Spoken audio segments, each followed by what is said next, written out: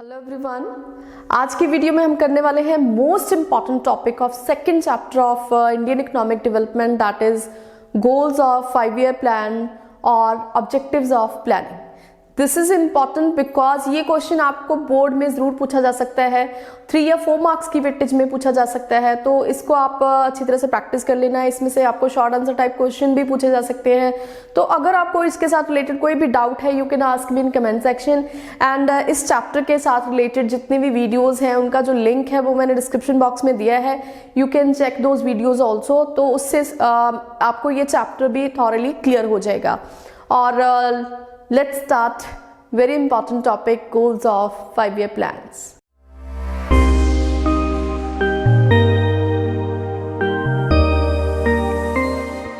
15 अगस्त 1947 को जब India free हुआ, इंडिया की जो इकोनॉमिक कंडीशन थी बहुत ज़्यादा बुरी हालत में थी।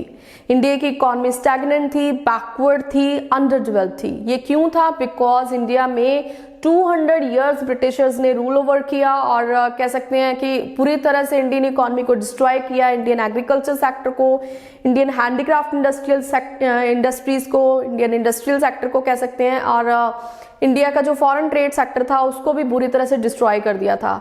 तो इन सबको, इस सिचुएशन से बाहर निकलने के लिए इंडिया में 1950 में प्लानिंग कमीशन सेटअप हुआ। प्लानिंग कमीशन ने 1951 में फर्स्ट 5 ईयर प्लान लॉन्च करा। 51 से लेके 56 तक फर्स्ट 5 ईयर प्लान था, फिर सेकंड जो था 56 से लेके 61 तक था। इसी तरह से 5 ईयर प्लान्स लॉन्च किए। तो जो प्लानिंग कमीशन था इसने कुछ गोल सेट करे थे ताकि इंडिया इकोनॉमी की क्या हो सके, इंडिया की इकोनॉमी की ग्रोथ हो सके। जो गोल्स थे उनको 2 पार्ट्स में डिवाइड किया गया, long period goals and short period goals. Long period goals क्या होते हैं? जो लंबे पीरियड के लिए बनाए जाते हैं, फॉर लॉन्गर पीरियड। लेकिन जो शॉर्ट पीरियड गोल्स होते हैं वो क्या होते हैं? जो शॉर्टर पीरियड के लिए बनाए जाए। तो लॉन्ग पीरियड गोल्स को हम common goals of 5 year plans भी बोलते हैं। Common goals of 5 year plans mean to say जितने भी लंबे पीरियड के लिए गोल्स बनाए जाएंगे वो सारे के सारे 5 ईयर प्लान्स में चलेंगे। मतलब लॉन्ग पीरियड गोल्स और शॉर्ट पीरियड गोल्स जो है इनकी जो डायरेक्शन होगी वो सेम होगी, ग्रोथ की तरफ होगी। इनका मेन एम क्या होगा? इंडियन इकोनॉमी की ग्रोथ करना, इंडिया को स्टैग्नेशन से बाहर निकालना। जो लॉन्ग पीरियड गोल्स हैं इनको हम ऑब्जेक्टिव्स ऑफ प्लानिंग बोलते हैं। क्या बोलते हैं? Objectives of planning. और जो शॉर्ट पीरियड गोल्स होते हैं ये प्लान स्पेसिफिक होते हैं। प्लान स्पेसिफिक कहने का मतलब क्या है?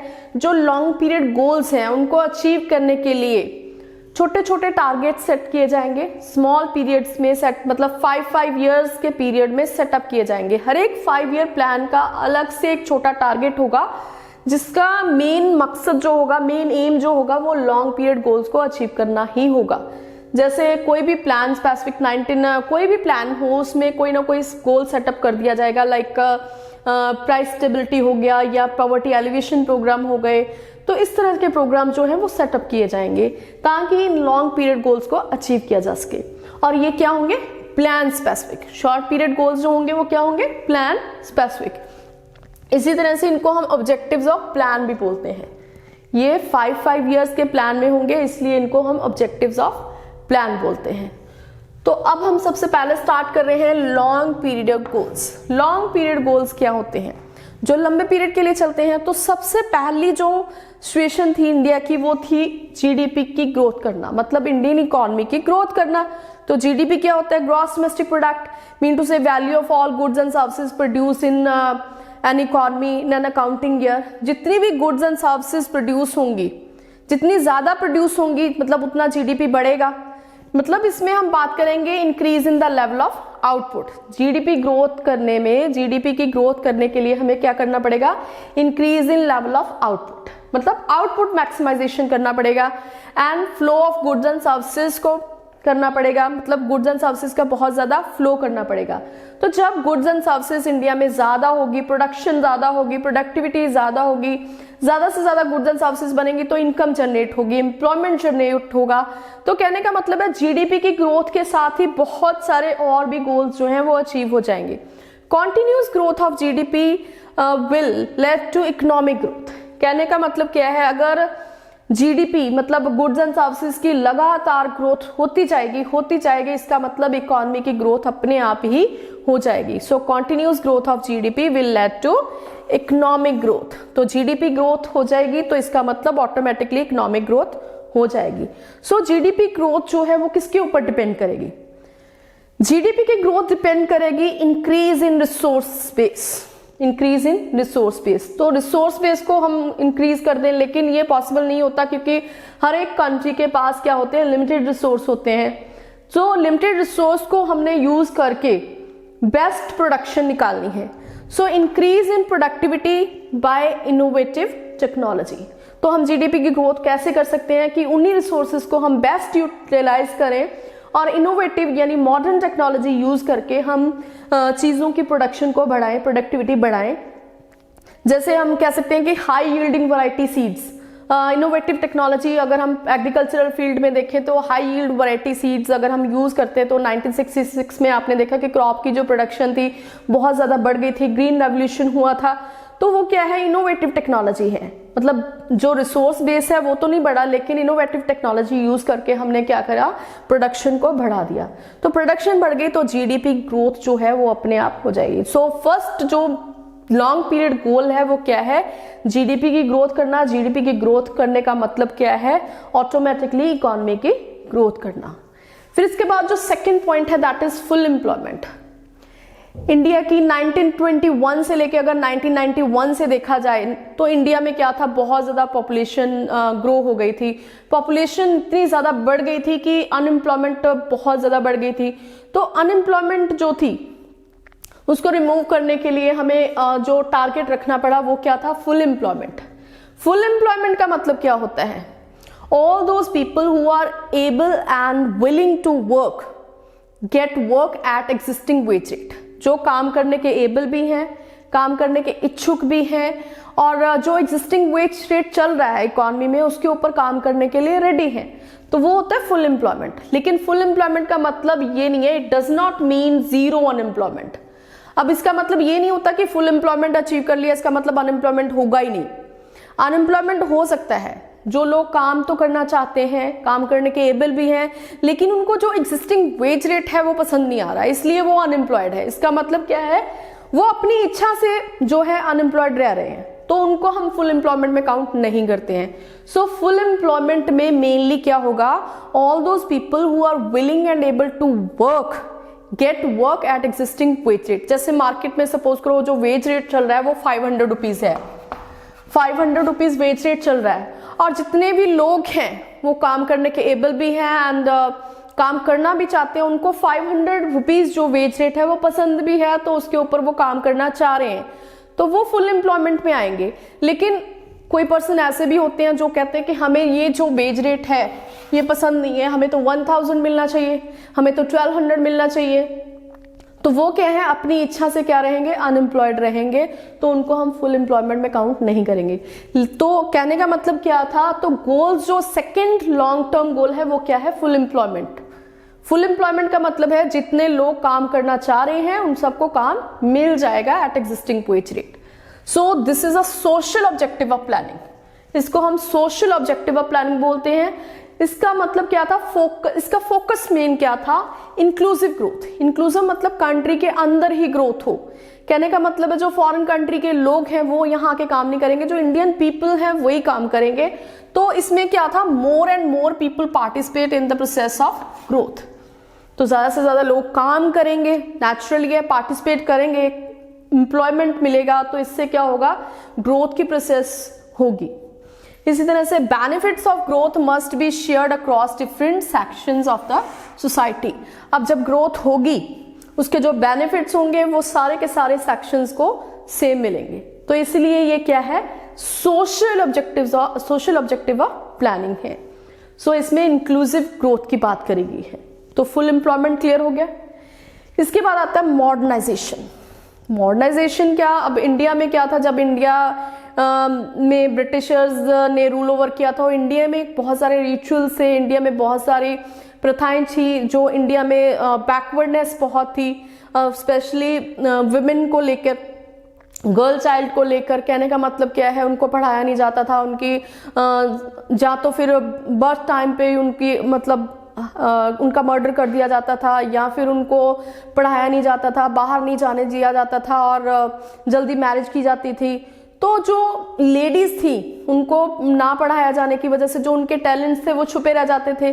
तो इसमें हम मॉडर्नाइजेशन में स्पेशली जो था वो चेंज इन सोशल आउटलुक की बात करते हैं। मतलब क्या है, मेनली मॉडर्नाइजेशन को स्पेशली हम 2 पार्ट्स में डिवाइड करते हैं। तो यहाँ पे अडॉप्शन ऑफ न्यू टेक्नोलॉजी होगी, एक तो अडॉप्शन ऑफ न्यू टेक्नोलॉजी।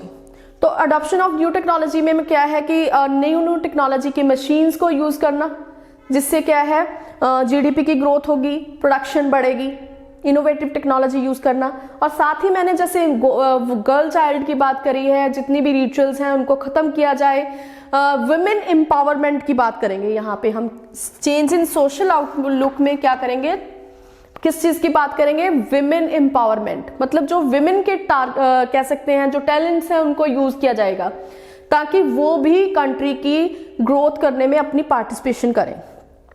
सो जब तक इकॉनमी में मॉडर्नाइजेशन नहीं आएगी, सोशल मतलब कह सकते हैं एक सोचने का नजरिया चेंज नहीं होगा, तब तक भी इकॉनमी की ग्रोथ पॉसिबल नहीं है। तो जो लॉन्ग पीरियड गोल थे उसमें जो मेन मॉडर्नाइजेशन था उसमें क्या था, विमेन एम्पावरमेंट का, विमेन के टैलेंट्स को स्पेशल यूज करना ताकि इकॉनमी की ग्रोथ हो।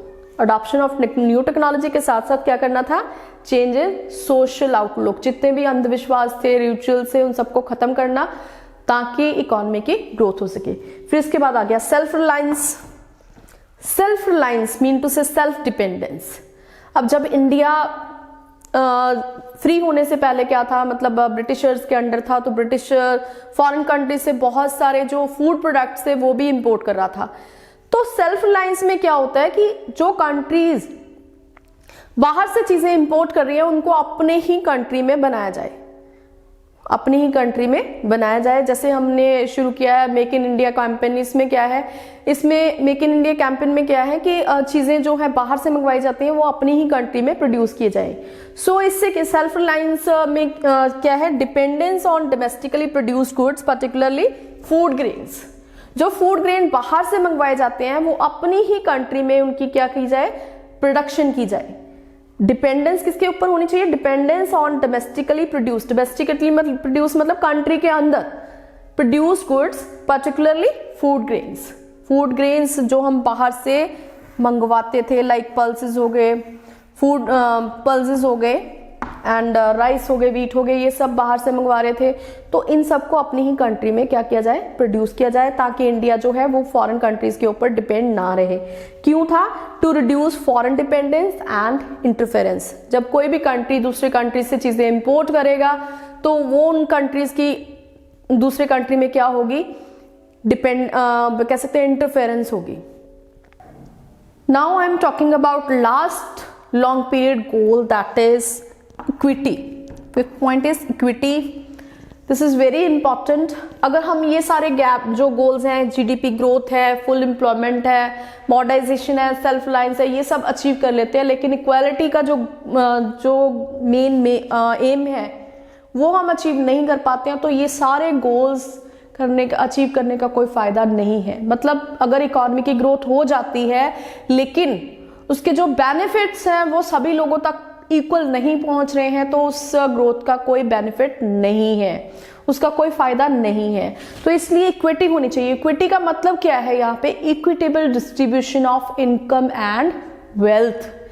मतलब जितनी भी इनकम है और वेल्थ है उसका क्या हो, इक्वल डिस्ट्रीब्यूशन हो, creating equality between the rich and the poor. जैसे आपने देखा है कि richer are becoming more richer and poor are becoming more poorer, तो उनका जो गैप है वो बढ़ते जा रहा है। उसको गैप को क्या करना है, रिड्यूस करना है। वो रिड्यूस कैसे होगा, या ज्यादा से ज्यादा टैक्सेस लगाए जाएं। जैसे रिचर लोग हैं वो ज्यादा से ज्यादा लग्जरियस गुड्स के ऊपर पैसा खर्च करते हैं, तो उन गुड्स के ऊपर ज्यादा से ज्यादा टैक्सेस लगाए जाएं। एंड पुअर लोग जो अपनी बेसिक नेसेसिटीज भी गेन नहीं कर पाते हैं, like food, shelter, health and education है, तो क्लोथिंग है उनके ऊपर भी उनको क्या करा जाए, सब्सिडीज प्रोवाइड करी जाए, उनको बेसिक नेसेसिटीज के लिए सब्सिडीज प्रोवाइड करी जाए, बेसिक हेल्थ फैसिलिटीज प्रोवाइड करी जाए, फ्री एजुकेशन प्रोवाइड करी जाए।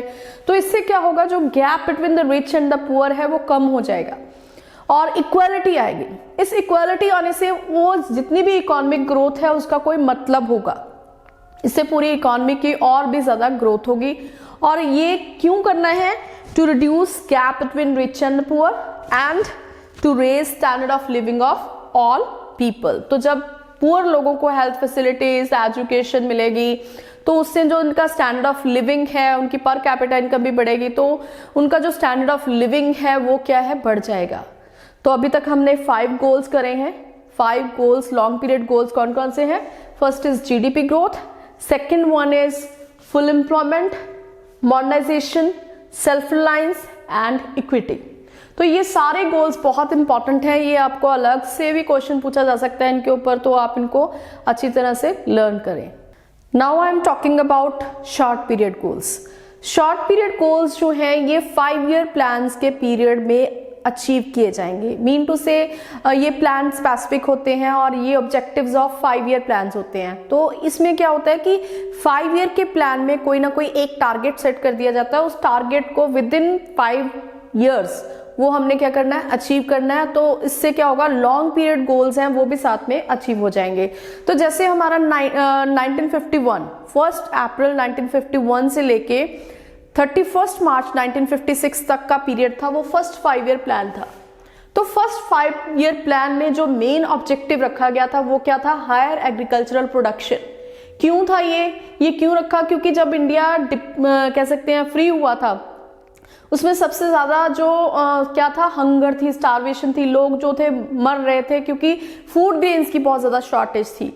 तो एग्रीकल्चर सेक्टर में टोटली बैकवर्डनेस थी, उसको इंप्रूव करने के लिए फर्स्ट 5 ईयर प्लान में ये वाला ऑब्जेक्टिव रखा गया, हायर एग्रीकल्चरल प्रोडक्शन। फिर जब थोड़ी बहुत एग्रीकल्चर प्रोडक्शन हुई उसके बाद सेकेंड 5 ईयर प्लान जो 1956 से लेके 61 का पीरियड था, इसमें था इंडस्ट्रीज की ग्रोथ की गई, इंक्रीज इन इंडस्ट्रियल प्रोडक्शन और heavy development of heavy industries की बात करी गई। मतलब इसकी इंडस्ट्रियल सेक्टर का भी साथ, एग्रीकल्चरल सेक्टर के साथ साथ इंडस्ट्रियल सेक्टर की भी ग्रोथ करनी थी। फिर इसके बाद थर्ड 5 ईयर प्लान जो था वो था 1961 से लेके 1966। इसमें थी, हमने बात करी सेल्फ सफिशिएंसी इन फूड ग्रेन्स। अब देखो एग्रीकल्चरल सेक्टर को भी थोड़ा बहुत डेवलप कर चुके थे, मीन टू से एग्रीकल्चर प्रोडक्शन को बढ़ाना मेन एम था फर्स्ट 5 ईयर प्लान में। सेकंड में हमने इंडस्ट्रियल बेस की भी डेवलपमेंट की बात करी। फिर इसके बाद हमें क्या करना था, सेल्फ सफिशिएंसी इन फूड ग्रेन्स। जो हम बाहर से फूड ग्रेन्स इंपोर्ट कर रहे थे वो हमने क्या करने थे, अपनी ही कंट्री में प्रोड्यूस करने थे। तो ये किस प्लान में हमने ऑब्जेक्टिव रखा, 1961 से लेके 1966 तक सेल्फ सफिशिएंसी इन फूड ग्रेन, जिसमें स्पेशली ग्रीन रेवोल्यूशन भी स्टार्ट हुआ। मतलब high yielding variety seeds use करके क्रॉप्स की प्रोडक्शन को बहुत ज्यादा इंक्रीज किया गया। फिर इसके बाद गैप दिया गया, 5 ईयर प्लान्स के पीरियड में थोड़ा सा गैप आया। 1961 के बाद जो नेक्स्ट फोर्थ 5 ईयर प्लान था वो 1961 में स्टार्ट हुआ, 1969 में स्टार्ट हुआ, 1969 टू 1974 तक था। ये फोर्थ 5 ईयर प्लान में जो मेन था, प्राइसेस बहुत ज्यादा राइज हो चुकी थी चीजों की, तो मेन जो ऑब्जेक्टिव था वो प्राइस स्टेबिलिटी का था, प्राइस को क्या किया जाए, स्टेबल किया जाए। फिर इसके बाद फिफ्थ 5 ईयर प्लान जो स्टार्ट हुआ वो 1974 टू 1979 था। 1974 टू 1979 तक क्या था, poverty alleviation programmes. Poverty alleviation programmes चलाए गए weaker sections of the society के लिए, ताकि जो वीकर सेक्शंस हैं वो थोड़े से उभर सकें। फिर इसके बाद सिक्स्थ 5 ईयर प्लान वो शुरू हुआ 1980 से 1985 तक, 1980 से 1985 तक। इसमें क्या रखा गया, पॉवर्टी एलिवेशन प्रोग्राम्स रखे गए ताकि पॉवर्टी को ज्यादा से ज्यादा रिमूव किया जाए, रिडक्शन ऑफ इनइक्वालिटीज को भी क्या करा जाए, रिड्यूस किया जाए। फिर इसके बाद सेवेंथ 5 ईयर प्लान शुरू हुआ 1985 से लेके 1990 तक। इसमें ज्यादा से ज्यादा एम्प्लॉयमेंट अपॉर्चुनिटीज देने के लिए ज्यादा से ज्यादा फैसिलिटीज प्रोवाइड करी गई, लोगों को ज्यादा से ज्यादा जॉब्स प्रोवाइड करी गई, इसका मेन एम रखा गया। फिर इसके बाद 1990 के बाद एक साल का गैप रखा गया, 91 को छोड़ दिया गया। 1992 टू 1997 का 5 ईयर का पीरियड था। इसमें हमने यूनिवर्सलाइजेशन ऑफ एजुकेशन किया, स्पेशली प्राइमरी एजुकेशन, ताकि लोगों को जो कम से कम थोड़े बहुत तो लोग पढ़े लिखे हों, तो प्राइमरी एजुकेशन के ऊपर मेन फोकस करा गया, यूनिवर्सलाइजेशन किया गया। फिर इसके बाद नेक्स्ट जो 9th 5 ईयर प्लान थी वो 1997 टू 2002 थी। इसमें था, इसका जो मेन ऑब्जेक्टिव था वो क्या था, ग्रोथ तो करनी थी और साथ ही साथ प्राइस को भी स्टेबल रखना था, ग्रोथ विद प्राइस स्टेबिलिटी। फिर इसके बाद 2002 टू 2007 ये हमारा 10th 5 ईयर प्लान था। 10th 5 ईयर प्लान में मेन एम था reduction in inequality through inclusive growth. अब इसमें क्या था, लोगों को ज़्यादा से ज़्यादा जॉब अपॉर्चुनिटीज प्रोवाइड करनी थी, ताकि उनका जो इनकम लेवल है वो बढ़ सके और जो स्टैंडर्ड ऑफ लिविंग है वो बढ़ सके और इनक्वालिटी जो है वो रिड्यूस हो सके रिचर और पुअर सेक्शन के बीच में।